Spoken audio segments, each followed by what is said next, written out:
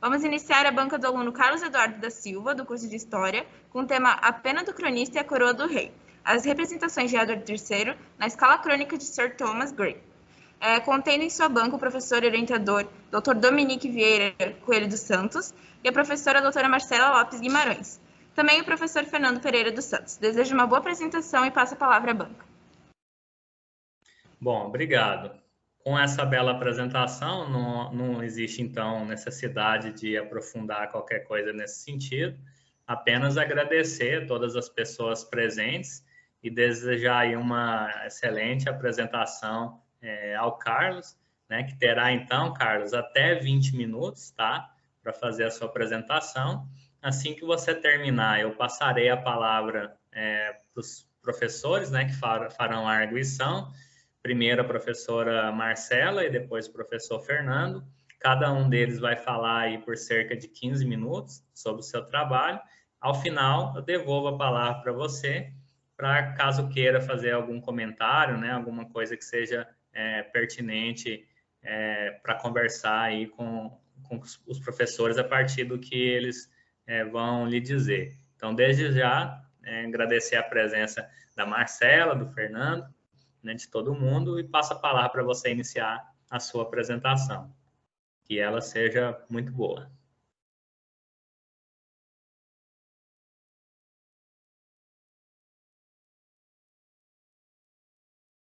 Deixa eu só abrir aqui. Tá em tela cheia, né?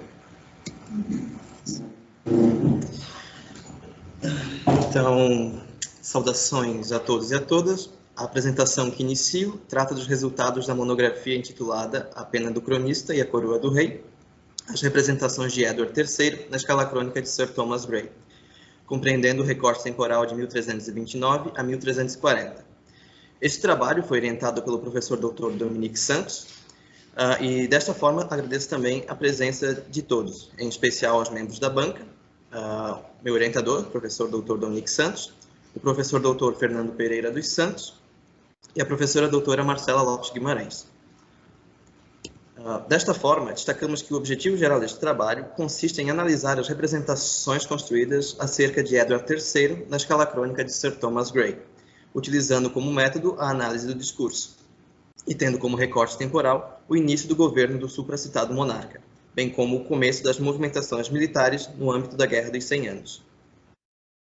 Assim, no que se trata da escala crônica, a fonte analisada no processo de pesquisa, ressaltamos que esta é uma crônica medieval, escrita quando seu produtor, Sir Thomas Grey, ligado à nobreza guerreira do norte da Inglaterra e sem qualquer formação monástica, fora feito prisioneiro no castelo de Edimburgo. Destacamos também que apenas uma cópia do manuscrito chegou até a contemporaneidade, infelizmente não de forma integral. Contudo, o antiquário John Leland, do século XVI, fez um resumo da obra a partir de uma cópia completa, o que ajuda a preencher as lacunas. O texto, escrito originalmente em anglo-normando, encontra-se atualmente no acervo do Corpus Christi College, em Cambridge, sob o código MS 133 e está disponível para consultas online. Salientamos também que, embora exista uma edição de 2019, com tradução mais recente, editada e traduzida pelo pesquisador Andy King, esta não nos é acessível, de modo que usamos uma edição de 1907, editada e traduzida por Sir Herbert Maxwell, conforme consta em tela. Para empreender a análise da fonte, mobilizamos o conceito de representação. Assim, entendemos que as representações são presentificações e são variáveis segundo as disposições dos grupos ou classes sociais, e mais ainda, segundo Chartier, embora aspirem à universalidade de um diagnóstico fundado na razão, são sempre determinadas pelos interesses de grupos que as forjam, portanto, não sendo discursos livres de intencionalidades e escolhas. Ainda, no que tange ao campo teórico-metodológico, destacamos que a metodologia empregada nesta foi a análise do discurso. Em nossa análise da crônica de Thomas Grey, buscamos compreender não só o que o seu texto transmite, mas como ele transmite, porque o importante na análise do discurso não é saber o que um texto quer dizer, mas como ele diz o que diz, ou seja, como os elementos linguísticos, históricos e sociais que o compõem fazem sentido juntos, compreendendo que a crônica medieval, enquanto documento de análise, exige dos pesquisadores os cuidados específicos de um texto narrativo, devendo levar em conta a intenção de verdade do cronista, pois este era um elemento que, naquele momento, garantia prestígio e respeito às obras. possessões territoriais e relações feudais, os antecedentes da Guerra dos 100 Anos. O objetivo deste capítulo é problematizar algumas particularidades do contexto no qual a Guerra dos 100 Anos toma corpo. Para tanto, em diálogo com a historiografia sobre o tema, sugerimos que houve uma aproximação entre os reinos inglês e francês a partir da invasão normanda de 1066, bem como discutimos como a posse inglesa de terras no reino da França se inseria em um contexto de relações feudais marcadas pela prestação da homenagem, discorrendo também sobre este rito simbólico. O item 1.1. As possessões inglesas no continente. As relações anglo-francesas antes da guerra. Neste subcapítulo, intentamos demonstrar a aproximação entre os dois reinos medievais já citados. Para tanto, tomamos como ponto de partida dessa aproximação a invasão normanda, promovida por William I, duque da Normandia, que, como resultado da Batalha de Hastings, toma para si a coroa da Inglaterra. A partir de William I, o rei da Inglaterra era também duque do território francês da Normandia, sendo, ao mesmo tempo, um senhor soberano e vassalo. Destacamos que houve, a partir do reinado de Henry II, um crescimento dos territórios ingleses ao norte da França, seja através de incursões bélicas, acordos ou casamentos, formando uma área que se estendia da Normandia, passando pelo Maine, Anjou, Touraine, Poitou, até o Ducado da Aquitânia, conforme consta no mapa na área em vermelho. Este território, contudo, não estava assegurado, pois em 1200 o rei John concordou com o Tratado de Légué com Felipe II, reconhecendo que suas terras francesas eram mantidas como feudos dos reis franceses. Destacamos que esse feito possibilitou que a coroa da França confiscasse os territórios ingleses, o que de fato ocorreu. E somente com a assinatura do Tratado de Paris, em 1249, em que Henry III da Inglaterra prestou homenagem a Louis IX da França, em troca do Ducado da Aquitânia, abrindo mão de outros territórios que outrora pertenceram à Inglaterra. A homenagem aos reis franceses, em troca da Aquitânia, foi feita pelos reis ingleses seguintes, inclusive Edward III, que posteriormente retirou a homenagem prestada a Felipe VI, dando início às animosidades bélicas contra a França no bojo da Guerra dos 100 Anos. O item 1.2. Feudalismo e relações feudais. A questão da homenagem feudal. No item 1.2, iniciamos uma discussão sobre o conceito de feudalismo. Para tanto, iniciamos mobilizando a autora Elizabeth Brown. Para essa autora, o termo feudalismo fornece um jeito fácil de se referir à situação social e política europeia ao longo de um enorme período de tempo, aplicando-se a ele um rótulo simples, definido de forma simplista. Argumentamos, após nos debruçarmos sobre o uso do termo feudalismo pela historiografia inglesa, que se encontra na Inglaterra após a invasão normanda instituições geralmente relacionadas ao conceito de feudalismo, ou pelo menos analisadas sob tal ótica. Levando isso em conta, questionamos como analisar a existência de instituições fortemente associadas à ideia de feudalismo sem incorrer em generalizações que o termo evoca. Desta forma, recorremos a Brown novamente, onde reforçamos que o uso do termo deve ser repensado, buscando o confinamento da palavra feudal ao seu sentido estrito, relativo a feudos. Assim, não nos parece contraditório entender o ato da homenagem como um procedimento fruto de uma relação feudal, ou seja, uma relação ligada diretamente à concessão de feudos. Nesse sentido, a homenagem seria o reconhecimento formal da lealdade e fidelidade de um vassalo ao seu senhor, assumindo assim a expressão da subordinação do homem ao homem. Esse laço fora reforçado por Edward III, que no momento de instabilidade política se viu forçado a confirmar sua posição de submissão a Felipe VI em troca da Aquitânia. O capítulo 2. A pena do cronista. A escrita da história no reino inglês. Neste capítulo, buscamos pensar a fonte cronística em seu ambiente de produção, problematizando também o contexto de produção e escrita da história no reino inglês durante o século XIV. Aqui também propomos uma discussão sobre o uso da escrita da história como uma ferramenta de propaganda, nos balizando em historiografia sobre o tema, especialmente na pesquisadora Antônia Gransden. O item 2.1. Leigos e seculares. O fazer cronístico na Inglaterra do século XIV. Após discorrer sobre a polissemia do substantivo história, no início desse subcapítulo, afirmamos que é notório que na Inglaterra medieval, a história era fundamental para a experiência e o pensamento medieval inglês. Não somente, apontamos que durante muito tempo, no reino inglês medieval, o registro do passado era feito pelas mãos e penas de homens que tinham em comum a vivência do cenóbio religioso, e compartilhavam a ideia de que a história, produzida por uma comunidade textual cristã, serviria para educar e servir de exemplo para uma existência puramente cristã.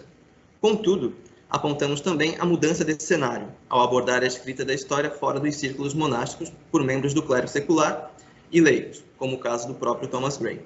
Não obstante, buscamos conceituar as crônicas, afirmando que estas eram realizações discursivas pautadas na intenção de verdade, incorporando alguns elementos ficcionais, buscando legitimar seus promotores e fornecer exemplos e contra-exemplos. Para situar a escala crônica em seu contexto de produção, discorremos sobre outros escritos cronísticos, como o texto de Adam Murmuth, Geoffrey Le Baker e Jean Froissart, para então focar na escala crônica, apontando assim algumas características físicas da fonte, como em tela, e não somente, buscamos demonstrar o uso da fonte pela historiografia, buscando inserir a fonte no debate acadêmico. Item 2.2. O uso da escrita da história como propaganda política na Inglaterra medieval. Após situar o período em que a fonte foi escrita, nos debruçamos em explorá-la como recurso de propaganda. Para tanto, nos pautamos na historiadora Antonia Gramsci. A partir das considerações dessa autora, constatamos a presença de elementos propagandísticos em escritos medievais como a Crônica Saxônica, a Vita Alfredi, a Crônica de Geoffrey Le Baker e a Crônica de Froissart. Nessa toada, argumentamos que os intuitos propagandísticos da escala crônica podem ser constatados na sua legitimação das pretensões expansionistas inglesas, mas principalmente por propagar a importância da perpetuação do ethos cavalheiresco como modelo de conduta a ser imitado e perpetuado para gerações posteriores. Advogamos, portanto, que a escala crônica e seu escritor estavam inseridos num contexto em que a produção historiográfica, se não consolidada, ao menos era bastante prolífera, principalmente no que diz respeito às produções de crônicas. No que tange a escala crônica ainda, ela partiu da vontade de seu próprio autor, sem intermédio ou custeio de terceiros, e sua escrita se posiciona como uma ferramenta de propaganda que lavra as proezas da elite guerreira da qual o seu escritor era membro atuante. Ela também busca legitimar as pretensões inglesas ao norte, em relação ao reino escocês, e no continente, em relação ao reino francês, num período onde a guerra agora era perpetrada não mais contra inimigos distantes e diferentes em fé e costumes, mas ao vizinho. Assim adentramos no capítulo 3, a coroa do rei, Edward III na escala crônica de Thomas Gray, 1327-1340. Neste capítulo, intentamos analisar como Edward III é representado na escala crônica, buscando compreender como o cronista concilia a imagem do monarca com a guerra, nos detendo sobre os primeiros anos de Edward no trono, destacando a pouca idade do monarca e a interferência de Isabela e Mortimer em seu governo, bem como sobre as primeiras movimentações militares de Edward III no âmbito da Guerra dos 100 Anos, sua busca por aliados e sua primeira campanha ao norte da França. O item 3.1. The King, a Mere Boy, Burst into Tears. O jovem Edward III sob a tutela de Isabela e Mortimer. Iniciamos esse capítulo explicando o contexto conflituoso em que Edward de Windsor, ainda um mero garoto, assume a coroa inglesa, com a deposição de seu pai, Edward II. Em nossa análise da crônica, percebemos que Thomas Gray, ao relatar as intempéries que se apresentam no começo do reinado de Edward, busca preservar a imagem do rei, depositando o ônus de certas questões, como a derrota para a Escócia em um conflito militar em 1327 e a prestação de homenagem ao rei francês Filipe VI, em seus tutores, a rainha Isabela e Roger Mortimer.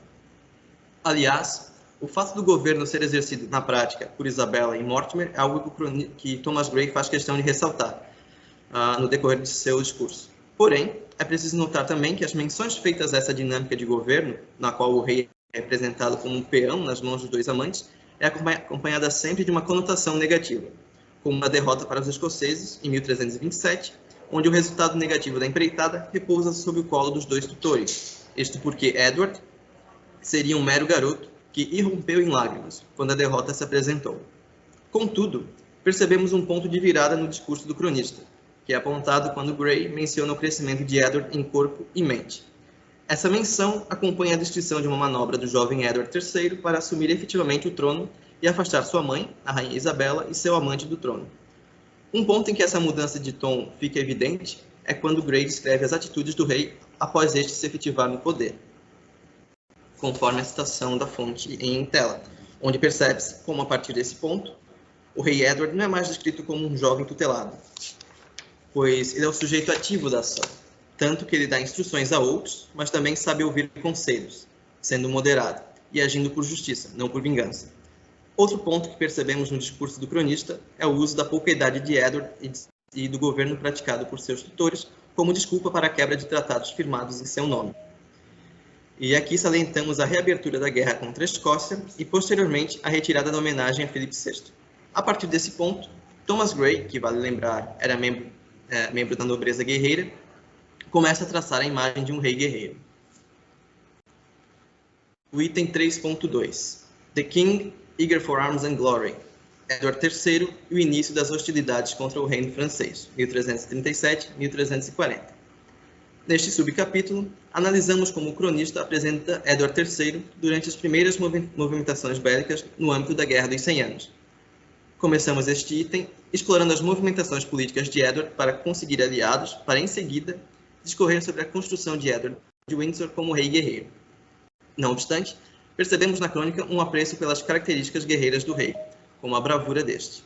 O cronista busca em vários momentos apresentar situações onde destaca o ímpeto bravio de Edward, seja quando apresenta um rei guerreiro, disposto a lutar, mesmo sem o apoio de seus aliados, seja quando apresenta um monarca disposto ao combate corpo a corpo contra o seu inimigo francês, conforme a citação da fonte em tela.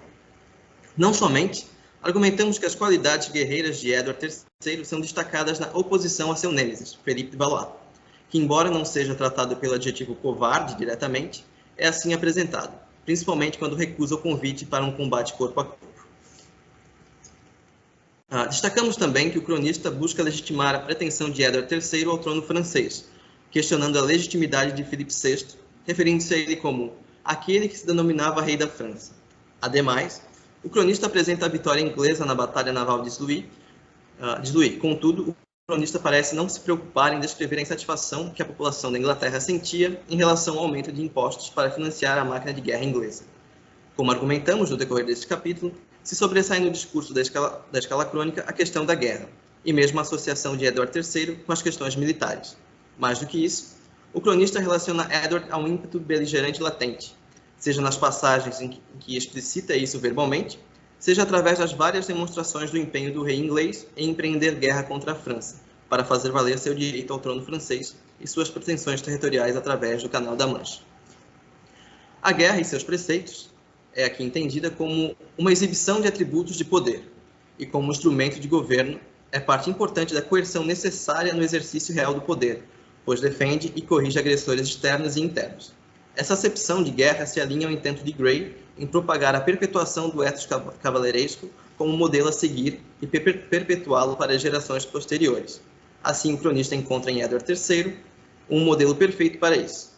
Para fazer valer seu ponto, Grey ignora a insatisfação do reino quanto aos aumentos de impostos que alimentava a máquina de guerra de Edward III, garantindo, ao menos em seu discurso, que o rei não fosse associado à tirania. Não obstante, representa o rei guerreiro, corajoso ao desafiar seus inimigos de peito aberto, inteligente ao traçar seus rumos na guerra e que buscava por justiça, ansiando pelo direito que lhe fora negado. Assim entramos nas considerações finais. Buscamos, no decorrer da pesquisa, analisar as representações de Edward III na escala crônica de Thomas Grey. Tentamos, nos 2 primeiros capítulos, balizar nossa pesquisa, fornecendo um amplo contexto que situa a guerra e a produção da fonte em seu contexto histórico, para então nos debruçarmos na análise das representações de Edward de Windsor.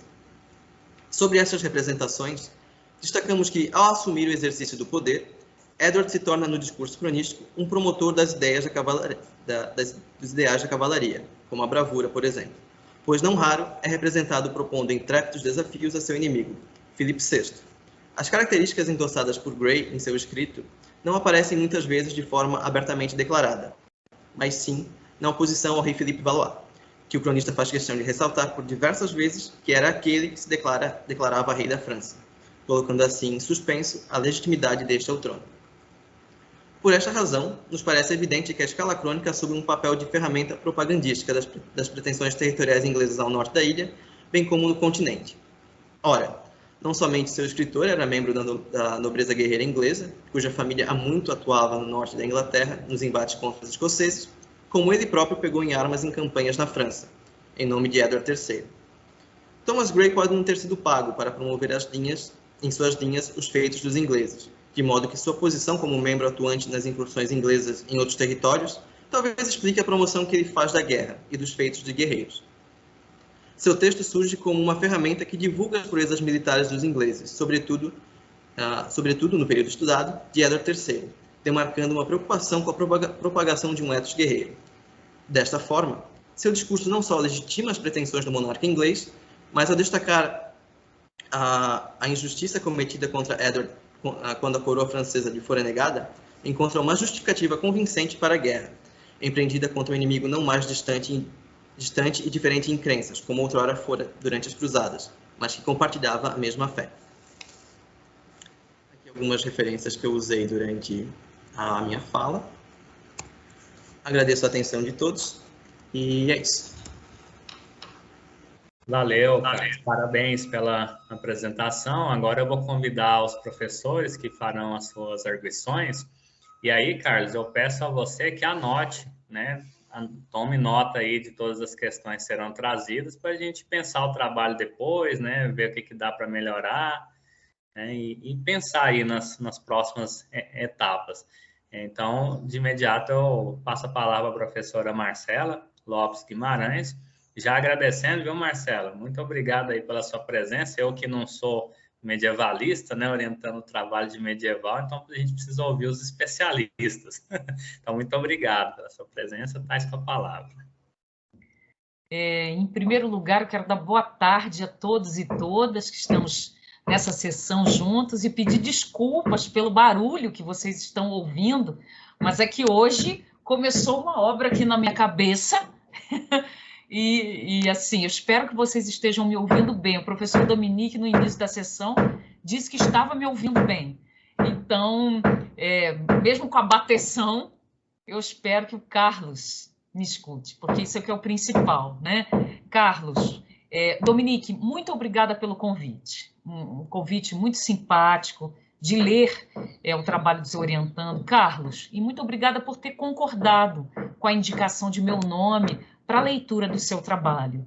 Eu tenho muito afeto pela FURB, como você sabe, né? Eu tenho ex-orientando aí, o meu querido Alisson, de quem eu tenho tanta saudade, né? Que fez uma dissertação de mestrado maravilhosa.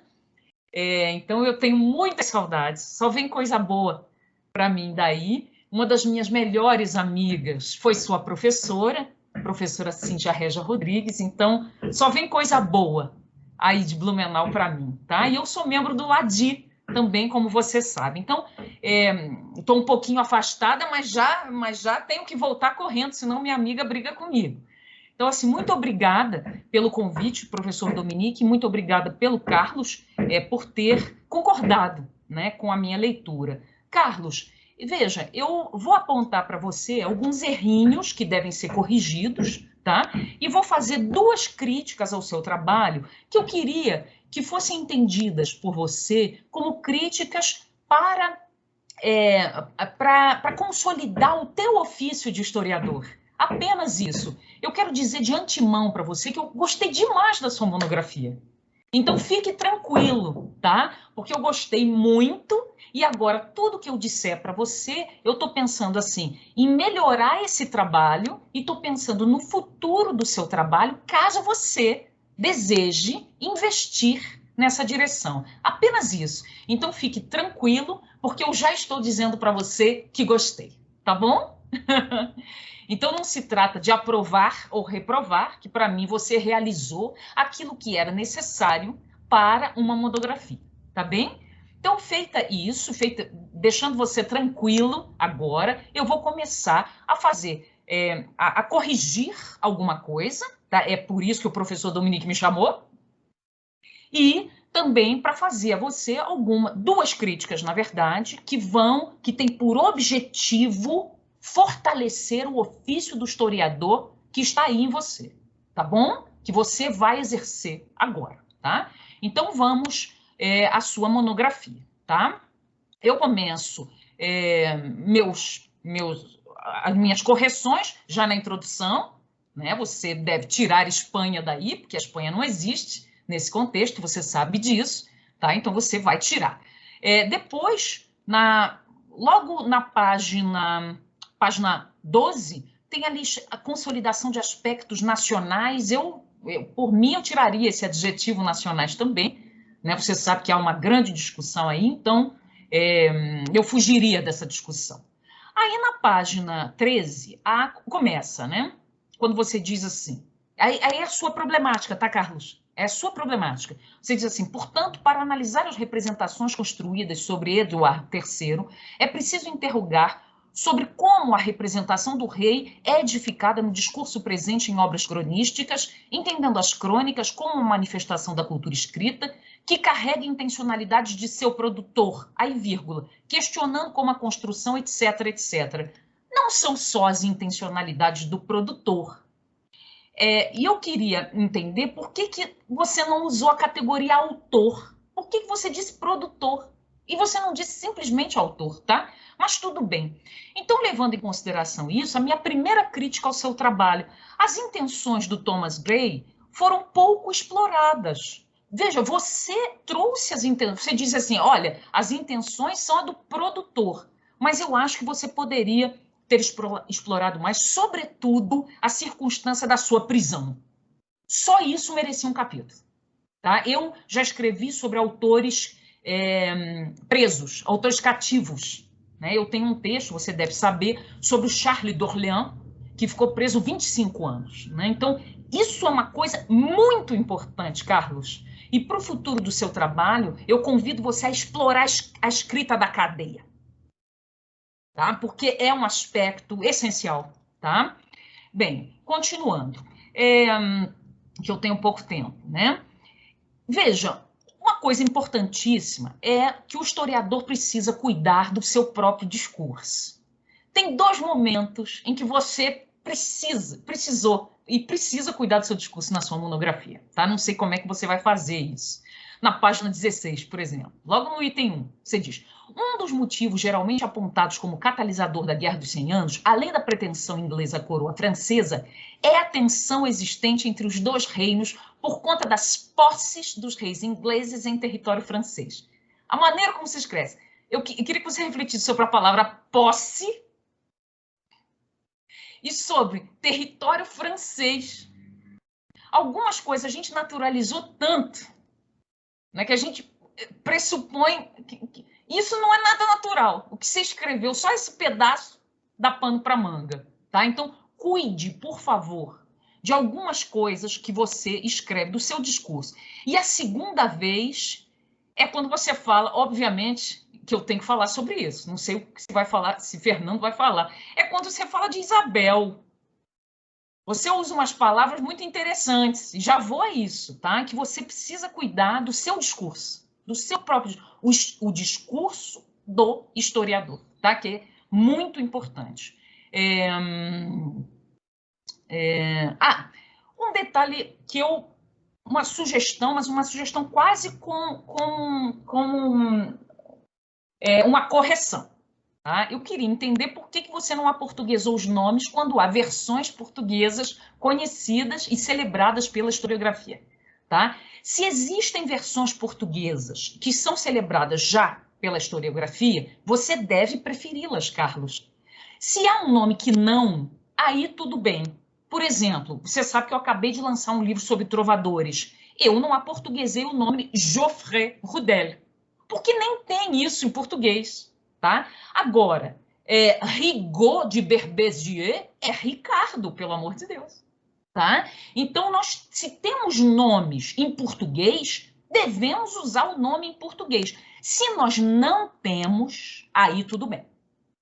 Tá? Então, é uma recomendação que lhe faço. Tá? É porque temos isso. E aí, assim, eu fiquei ávida por saber das circunstâncias de prisão do teu autor.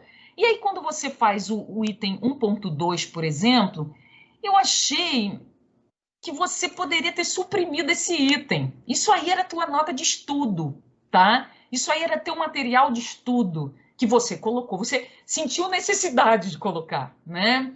Mas você poderia ter falado, por exemplo, da cadeia, da prisão, e não fazer esse arrazoado, até porque esse arrazoado tem um problema grave quando você fala do Marc Bloch, tá? Veja, em nenhum momento você foi ao livro Sociedade Feudal. Ele sequer está na sua bibliografia. E aí você escreve determinadas coisas baseando-se no que os comentadores disseram sobre esse livro. Então, atenção a isso. Não faça isso. Tá? Isso fragilizou um pouco esse item, tá? Porque você... veja, eu não sei se o historiador Carlos tem consciência de que está falando do maior medievalista francês do século XX, né? Um soldado, um herói de guerra. E não falou sobre a sua obra. Falou sobre o que os comentadores disseram, né? Eu acho assim, você vai dizer assim para mim, prof, você está reverenciando demais os mestres. Pode ser, Carlos, pode ser. Entretanto, o pensamento... Veja, eu acredito que o pensamento dos grandes mestres, ele deve ser submetido à releitura. Deve mesmo, tá? Mas então, que se discuta diretamente com os mestres e não com os seus comentadores. Tá? Você poderia ter feito isso se você quisesse discutir, colocar o pensamento do mestre à prova. Tá? Então, da próxima vez, traga, e aí discuta, não os comentadores. Tá? Bem, até porque você diz uma coisa na página 25, é você fazendo meia-culpa, quando você diz, e ao recorrer a Mark Bloch, Brown salienta que o mesmo autor admitia que a palavra feudalismo, etc, etc. Você faz isso em 3 linhazinhas, tá? De novo, o comentador falando de, né? Bem, eu tenho uma sugestão para te dar bibliográfica, mas depois eu escrevo para você, se você quiser, tá? Isso eu posso fazer diretamente, até mando para você. E depois fiquei de novo na página 35, ávida de entender essa escrita de prisão, que você não deu a gente, você não escreveu sobre isso, tá? Porque morrendo de vontade, né, de explorar essa condição, e acho que aqui a sua monografia podia ter crescido para falar da escrita de cadeia. Tá? Eu já escrevi sobre o Pedro Lopes Ayala quando ele estava preso em Óbidos. Né? Então, eu acho que são coisas muito interessantes da gente falar. Né? Na página 37, existem comentários, eu tenho certeza, do professor Dominique, que você esqueceu de excluir. Tá? Comentários muito pertinentes, inclusive, e que ficaram no texto. Tá bem? Então, agora, na entrega da versão final, você exclui. Tá? É um pedido de correção, tá? Bem, um detalhe importante, porque tem a ver com o texto meu, né? Você me cita na página, você me cita várias vezes. Na página 38, você faz uma paráfrase do meu texto, e eu confesso a você que eu tive que olhar o meu texto. Porque eu disse, mas eu escrevi isso? Aí eu fui olhar. Na verdade, eu só escrevo a última parte da frase, que você botou a nota. Você diz assim na página 38, a forma mais comum de propaganda escrita estava presente nas crônicas, pois estas, no cumprimento de sua tarefa de narrar os feitos de um indivíduo ou reinado, serviam para legitimar seus promotores. Eu só escrevi o que está no final, para legitimar seus promotores. Cuidado com a paráfrase. Eu não recomendo nunca, tá? Porque você se mistura ao discurso do colega, do autor, etc., e de repente... quem você cita não se reconhece. Por exemplo, eu não estou de acordo com você quando você diz que a forma mais comum de propaganda escrita esteve presente nas crônicas. Tá?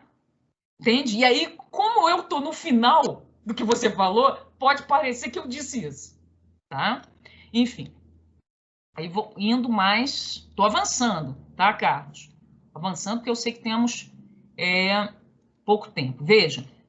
Na página 44, um detalhe.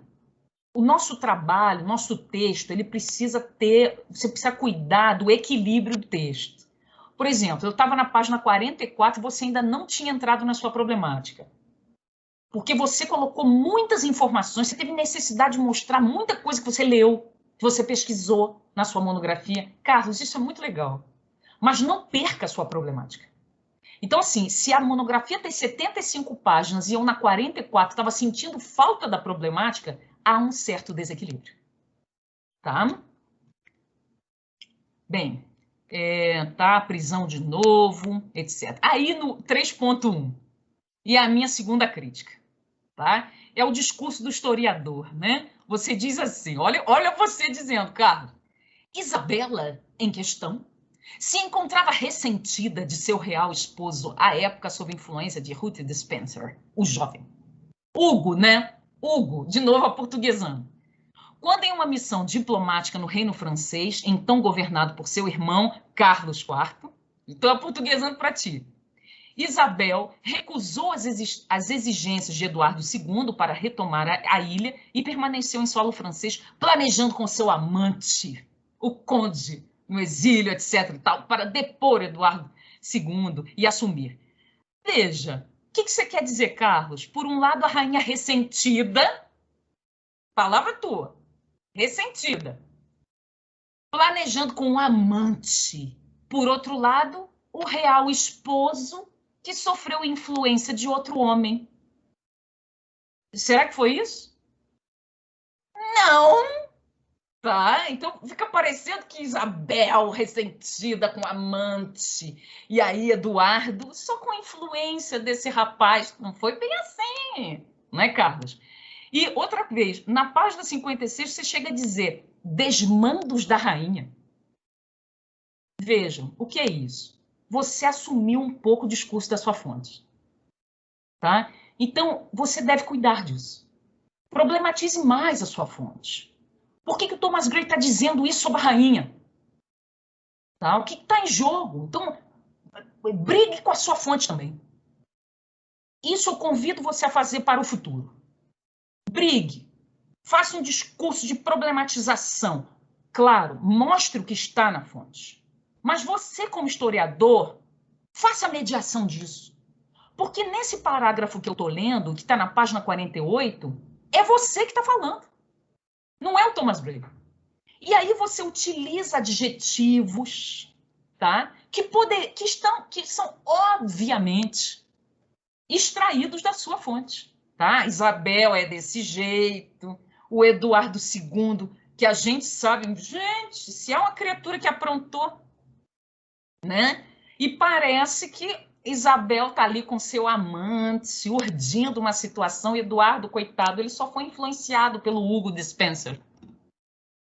Né? Enfim, então eu acho que há um discurso aí do historiador que é um discurso que assume algumas coisas da fonte, né? Aí, de novo, na página 48, você faz questão de dizer o amante, né? Acho que dá para suavizar isso, Carlos.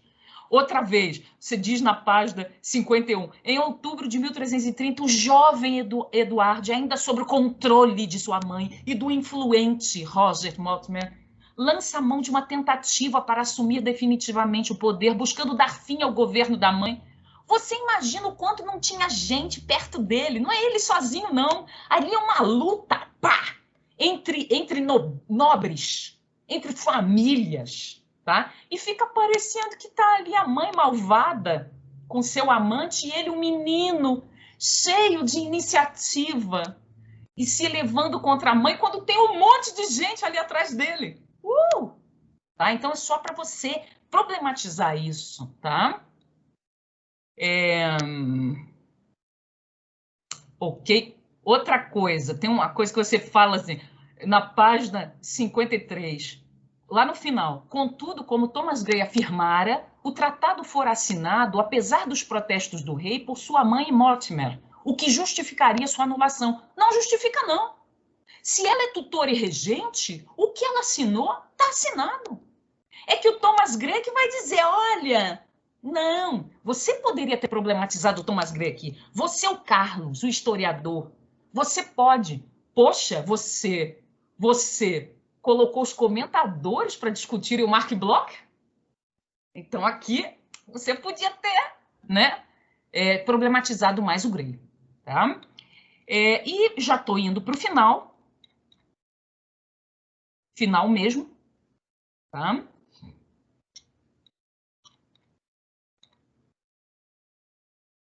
Eu fiquei o tempo todo, o meu tá cheio assim, podia ter falado mais sobre a circunstância de prisão. Por quê? Né? Por que ele fez isso?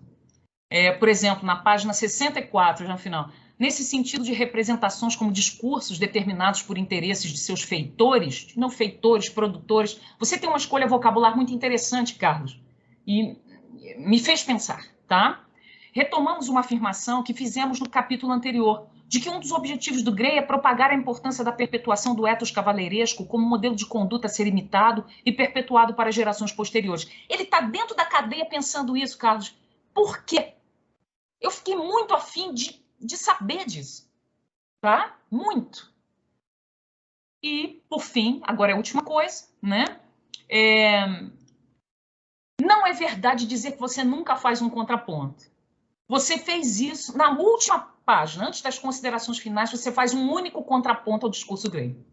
Quando você diz assim, para fazer valer seu ponto, Gray ignora a insatisfação no reino quanto aos aumentos dos impostos que alimentavam a máquina de guerra de Eduardo III, garantindo, ao menos em seu discurso, que o rei não fosse associado à tirania.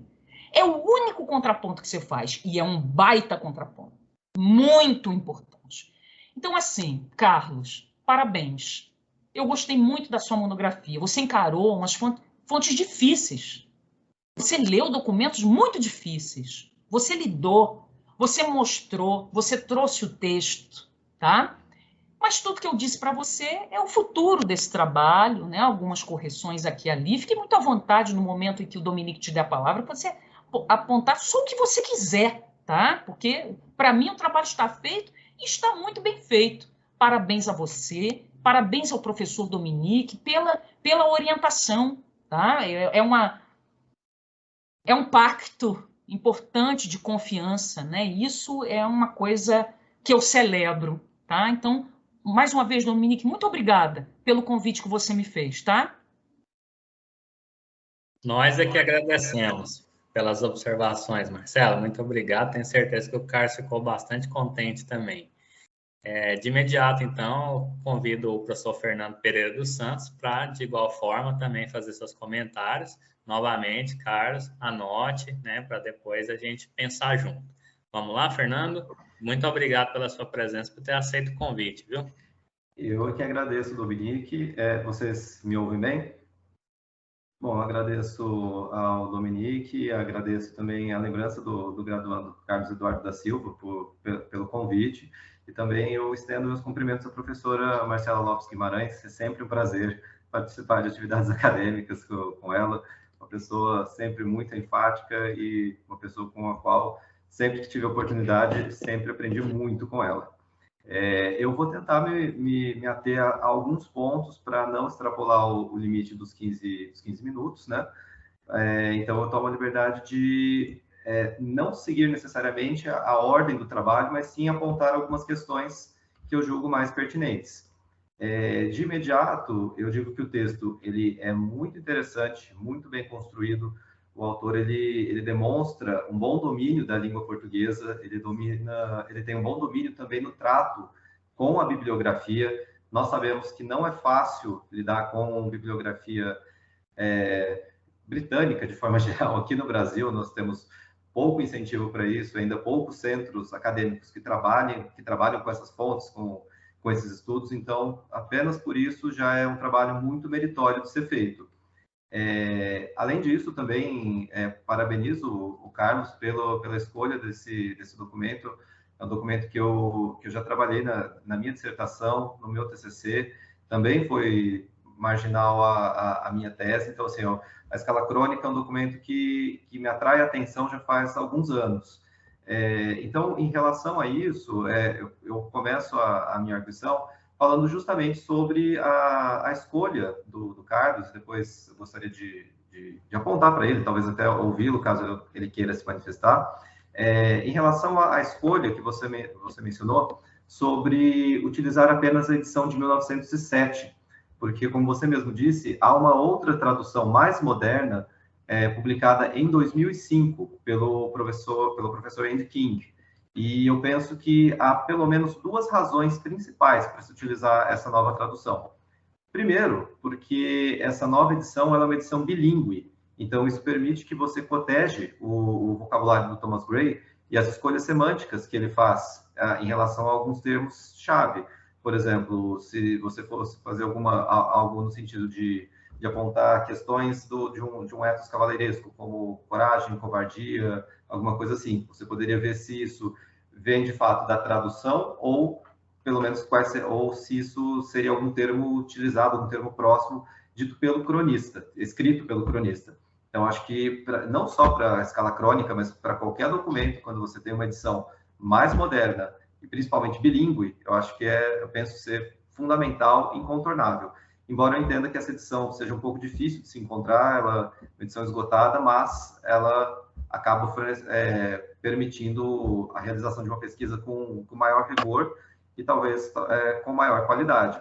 E, além disso, essa nova edição, ela possui uma introdução que contextualiza a produção da escala crônica, e tanto em relação ao debate historiográfico, como também em relação ao diálogo com outras fontes do período.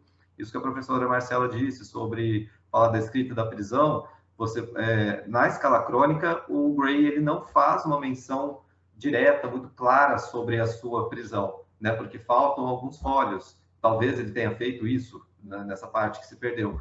Mas, de qualquer forma, essa introdução aponta outros documentos que mencionam um pouco mais sobre a carreira militar de Thomas Gray. Então, eu penso que essa introdução ela é incontornável para se trabalhar com esse documento.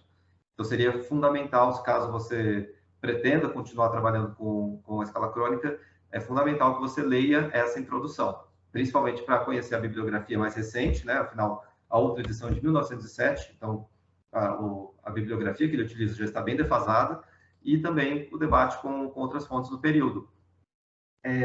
Também em relação às fontes, eu só gostaria de fazer um comentário, porque, assim, de forma geral, eu senti que você fez recuos muito longos para tratar das questões que você tratou, tanto da propaganda, como pode-se dizer, da formação de um domínio plantageneta.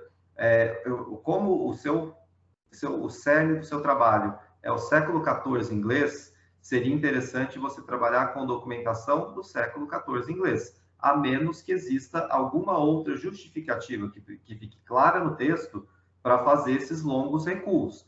É claro que, às vezes, nós nos deixamos levar pela escrita da fonte. Então, é muito comum que se apareça algumas genealogias, e, às vezes, nós nos pegamos reproduzindo essas genealogias, mas você não pode perder esse cerne. Você está falando do século XIV inglês, então você precisa entender qual é esse diálogo, com quem Thomas Gray possivelmente estaria conversando, assim, por assim dizer. Quais são esses outros documentos? Até porque, assim, eu não me recordo se na edição de 1907 é dito isso, mas na introdução da de 2005, é apontado que essa tradução que nós temos, ela é apenas o 4º tomo. A escala crônica, ela possui outros 3. Esses outros 3 é uma coletânea de uma espécie de uma história do início dos tempos até o reinado dos Eduardos. Então, o que nós temos ainda hoje, as 2 traduções, são traduções voltadas apenas ao período de vida do Gray. Entendeu? Então, eu penso que, de repente, também isso é algo para ser considerado. Outra coisa que, assim, eu até gostaria de ouvi-lo depois, por que você incidiu sobre esse recorte a partir especificamente da crônica do Thomas Gray?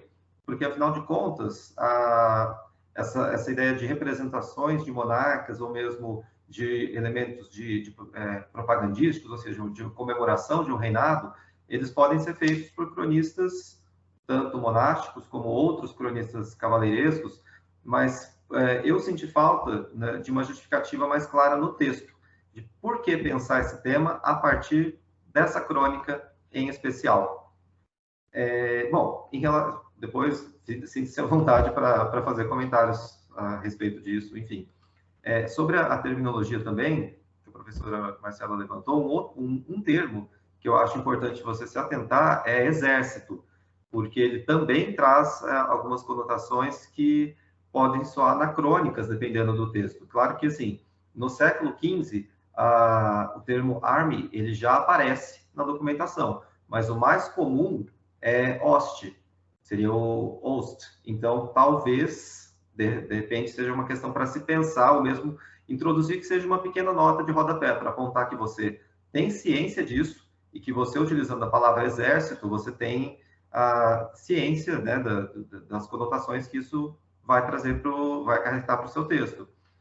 Outra coisa, em relação à introdução, que você, a meu ver, ali você já aponta praticamente a resposta do que você vai fazer na introdução, não, perdão, no resumo, porque você já fala que vai pensar numa representação do Eduardo III como um peão no jogo de poder de outrem e o rei guerreiro que cultiva apreço pelo combate de forma bravia. Eu acho que tudo bem, isso está claro na sua cabeça, você tem esse caminho de pesquisa para ser feito, mas eu acho que até por uma questão de estilo mesmo, em um resumo e até mesmo no título, você não deveria colocar as respostas já dadas. Talvez seja uma questão de tentar oferecer nuances, oferecer questionamentos, mas não oferecer já oferecer para o leitor aquilo, o ponto de chegada, justamente para o texto ser atrativo, para ele convidar o leitor a sempre querer continuar a leitura até o final para descobrir aquilo que você vem argumentando ao longo do texto. Uma outra coisa, e aí talvez aqui sim seja um aspecto um pouco mais problemático, a crônica do Thomas Gray, ela, a meu ver, é o meu ponto de vista como pesquisadora trabalhando esse documento. Essa crônica, ela está mais direcionada para os conflitos anglo-escoceses do que necessariamente para a Guerra dos 100 Anos. Eu digo isso porque, se você for observar o contexto de produção desse documento, o Thomas Gray, ele é capturado em um conflito com os escoceses na região fronteiriça, que eles estão ainda, que é uma reminiscência dos conflitos já se iniciaram no final do século XIII, continuam no XIV. É claro que, como você mesmo mencionou, o Thomas Gray, ele possui uma carreira militar que também o levou a combater na França. Porém, se você for observar, boa parte da crônica, ele menciona como uma das suas principais fontes as memórias do seu pai. E o seu pai, sempre ele vai rememorando os combates que o pai dele teve com os escoceses. Então, assim, eu sinceramente não me recordo dele mencionando o pai dele combatendo na França. E a parte que poderíamos fazer esse contraponto, dizer que ele estaria interessado, ou teria relevância a narrativa dele para pensarmos a Guerra dos 100 Anos, que seria aquela parte ali depois de 1337 em diante. Como você sabe, esses fólios, você até mesmo mencionou no trabalho, esses fólios foram perdidos. Então, fica difícil saber se de fato houve esse grande interesse dele ou não. Ele combateu na França, combateu, sem dúvida alguma, porém, a meu ver, a narrativa que ele constrói está mais interessada em pensar em questões relacionadas ao conflito anglo-escocês do que necessariamente à Guerra dos 100 Anos. Mas essa é minha perspectiva. Outra coisa é justamente também em relação a esses fólios perdidos. É que esses fólios, eles são justamente aqueles que vão de 1340 a 1356, ou seja, durante boa parte do reinado do Eduardo III, que é o personagem que você pretende fazer entender qual é a representação, representações que se fazem dele nessa crônica. E esse é para mim, acaba sendo um grande problema, porque você vai ter, talvez, você só vai ter o relato dele retomado a partir de 1356, ou seja, 13 anos depois já do Eduardo ter assumido o trono. Então, acaba também, às vezes, pode acabar prejudicando um pouco inviabilizando até a sua análise. Então, é uma questão mais para você pensar caso você continue trabalhando com essa temática e esse documento. Em relação às palavras-chave, só duas coisas bem breves, que você coloca representação e Guerra dos 100 Anos. Representação, acho que é algo fica muito genérico, então as palavras-chave precisam ser muito pontuais, justamente para as pessoas encontrarem o seu texto. Representação pode não embaralhar, de repente, no mecanismo de busca, e jogar o seu texto para pessoas que não têm o menor interesse na área, entendeu? Talvez seja necessário colocar algo mais pontual. E a Guerra dos 100 Anos, se você for considerar, claro, isso que eu disse, sobre o ponto de vista dele ser mais interessado nos conflitos anglo-escoceses do que na Guerra dos 100 Anos, especificamente. Aqui também, eu vou mandar para vocês depois todos os apontamentos, só para não estourar o tempo, mas uma outra coisa também é em relação à divisão que você fez dos capítulos, e aqui eu concordo com a professora Marcela. Eu senti muito falta da escala crônica em si no texto, porque eu fui eu anotei aqui, se não me engano, a escala crônica aparece apenas na página 34. Então, você vai fazendo digressões, ou mesmo falando sobre um determinado elemento, mas e a escala crônica? Como que você relaciona isso que você está falando, sobre elementos propagandísticos, por exemplo, e a escala crônica em si? É isso que eu senti mais problemático no seu texto. Porque, por exemplo, você menciona outros cronistas, né, como o Geoffrey de Baker, o Froissart, mas e o Thomas Gray? E essas questões que você menciona sobre a escrita da história, por exemplo, como que essas questões se relacionam especificamente ao modo como Thomas Gray escreve a história nesse momento? Talvez, acho que seria a partir da crônica. Eu acho que você fez uma boa abordagem a partir de comentadores, a partir da bibliografia, mas para chegar na crônica, mas acho que deveria ser talvez o contrário. Isso é um trabalho que demanda, né, muito tempo, muito esforço, mas tentar pensar essas questões a partir do documento. Então, quais seriam, de repente, esses elementos de uma escrita da história do século XIV a partir do que Thomas Gray está apontando como fundamental, como elementar, enfim. Aí fica mais como uma sugestão também. Deixa eu ver, um outro ponto, já para ir me encaminhando aqui para o final, é que você também, isso aqui já eu faço a meia-culpa, que você acabou citando também alguns trabalhos meus, e aparece a palavra cavalheiresco.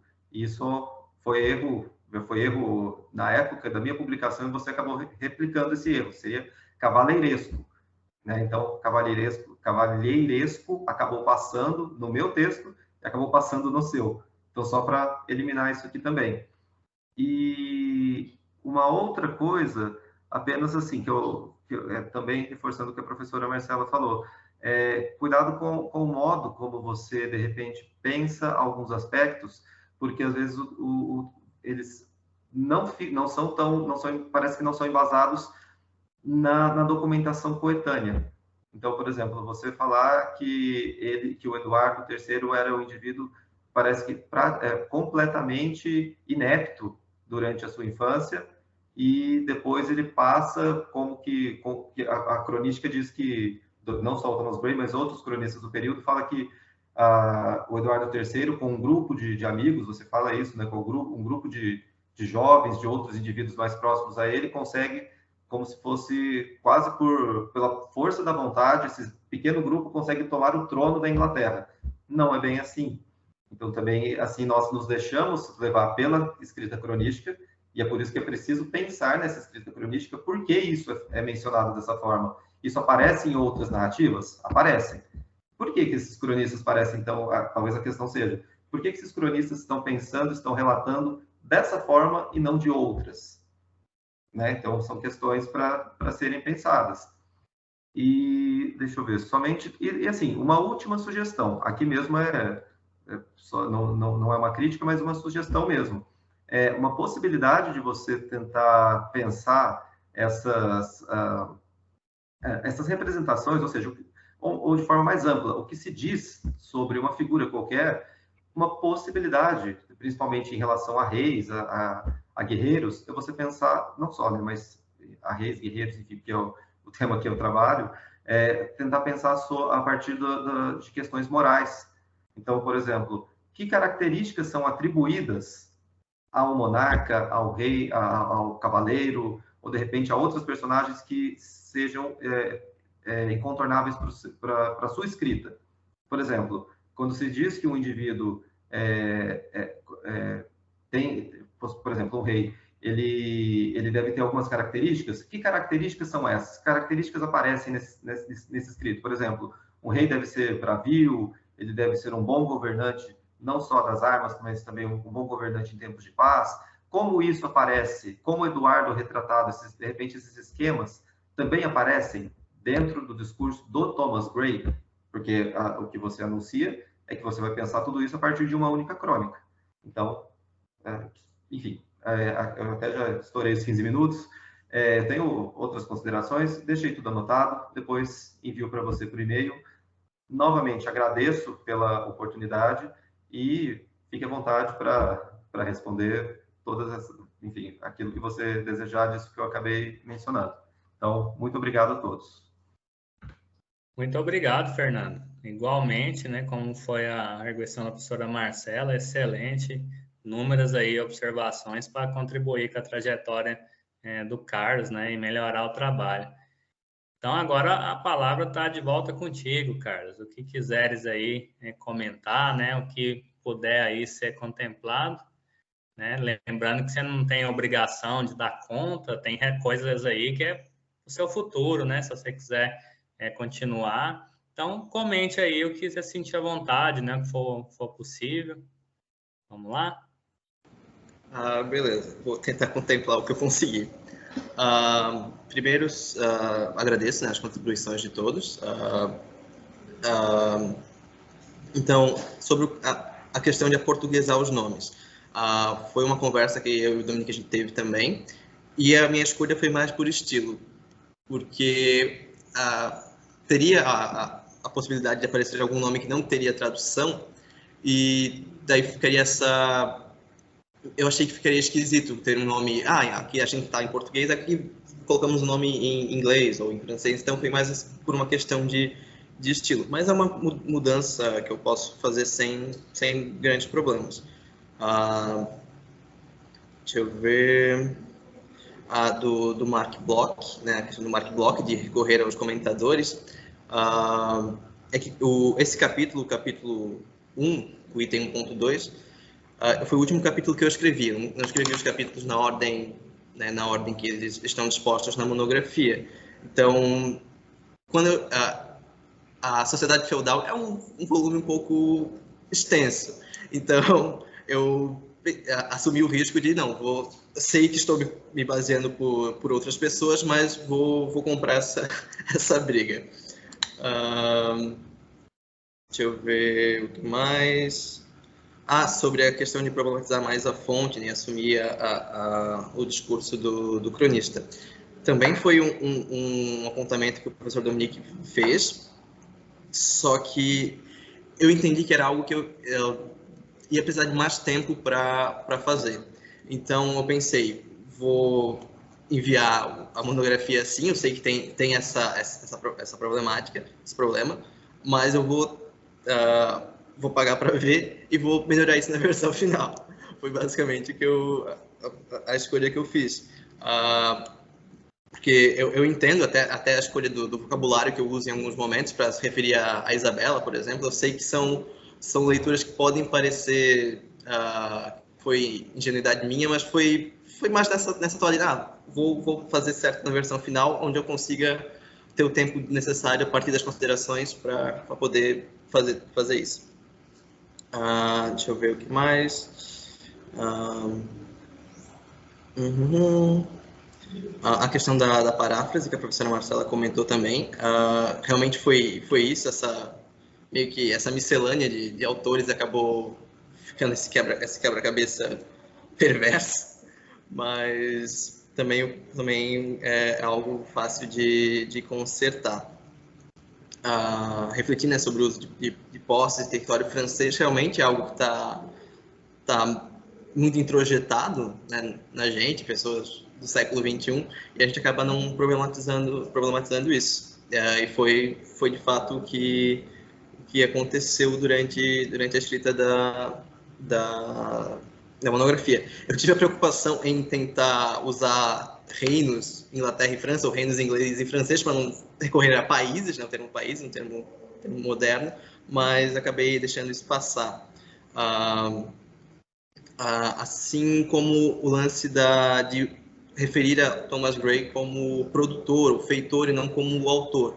Também foi uma escolha, porque eu sei que existe esse debate sobre autoria, né, na história e tal, e eu entendo que, nesse período, o termo autor talvez não teria sido mais adequado. Então, por isso, eu optei por produtor ou feitor. Achei que ficaria melhor assim. Deixa eu ver o que eu consigo contemplar agora. Sobre as considerações do professor Fernando. A opção pela edição de 1907. É porque era a opção que eu tinha disponível. Eu entendo eu sei que existe a versão do Andy King, só que quando eu comecei a pesquisa, ela não estava disponível para compra.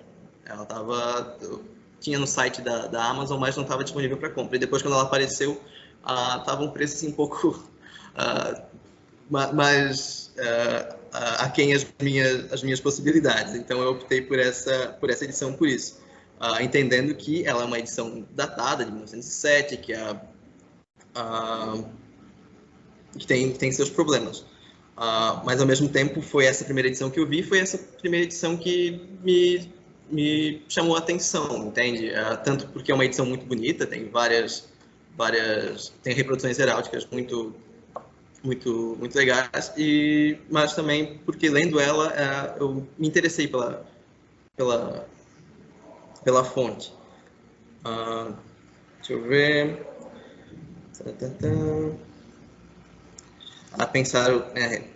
O professor ressaltou para pensar os termos para não recorrer a anacronismos. Realmente, o comentário da professora Marcela tem que fazer isso.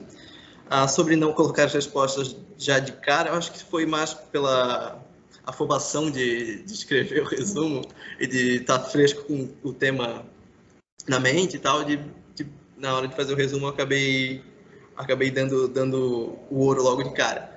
Mas também é algo que não seria muito difícil para alterar.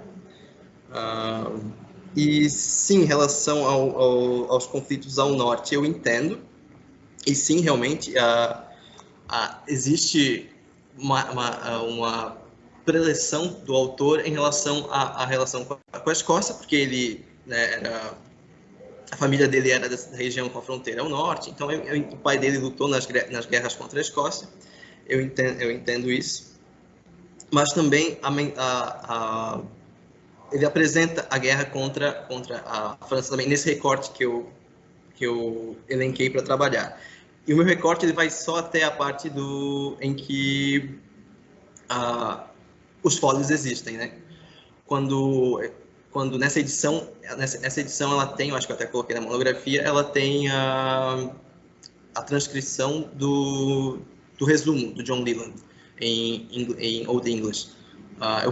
Eu faço até algumas considerações sobre isso, e ele fala sobre Crécy, mas também ele é bem pontual. Ele tem mais sobre Calais, mas eu optei por ir até esse tempo, até a Batalha de Sluis e as suas consequências posteriores, também por uma questão de tempo, porque eu pensei que talvez, se eu tentasse ir mais além, e até quando ele começa a falar da campanha de Poitiers, que também eu tentei dar mais destaque para o Eduardo de Windsor de Woodstock do que para o Eduardo III, porque ele lutou ao lado se não me engano, ao lado do Príncipe Negro.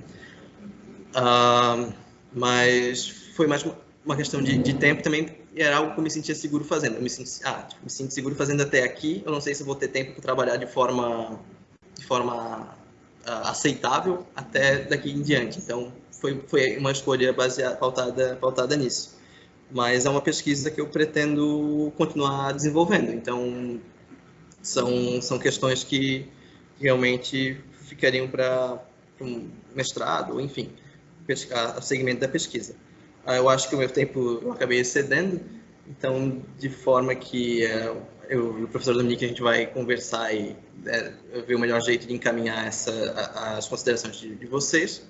E eu agradeço todas, realmente, algumas coisas eu até esperava, fazendo a releitura do trabalho.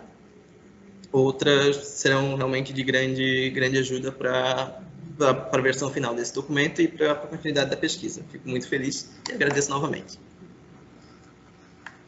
Obrigado, Carlos, pelas considerações, né? Acho que os professores entendem os limites, né, de uma monografia, de um curso noturno. O estudante, às vezes, trabalha, né? Então, estamos contentes. Agora, nós vamos nos reunir.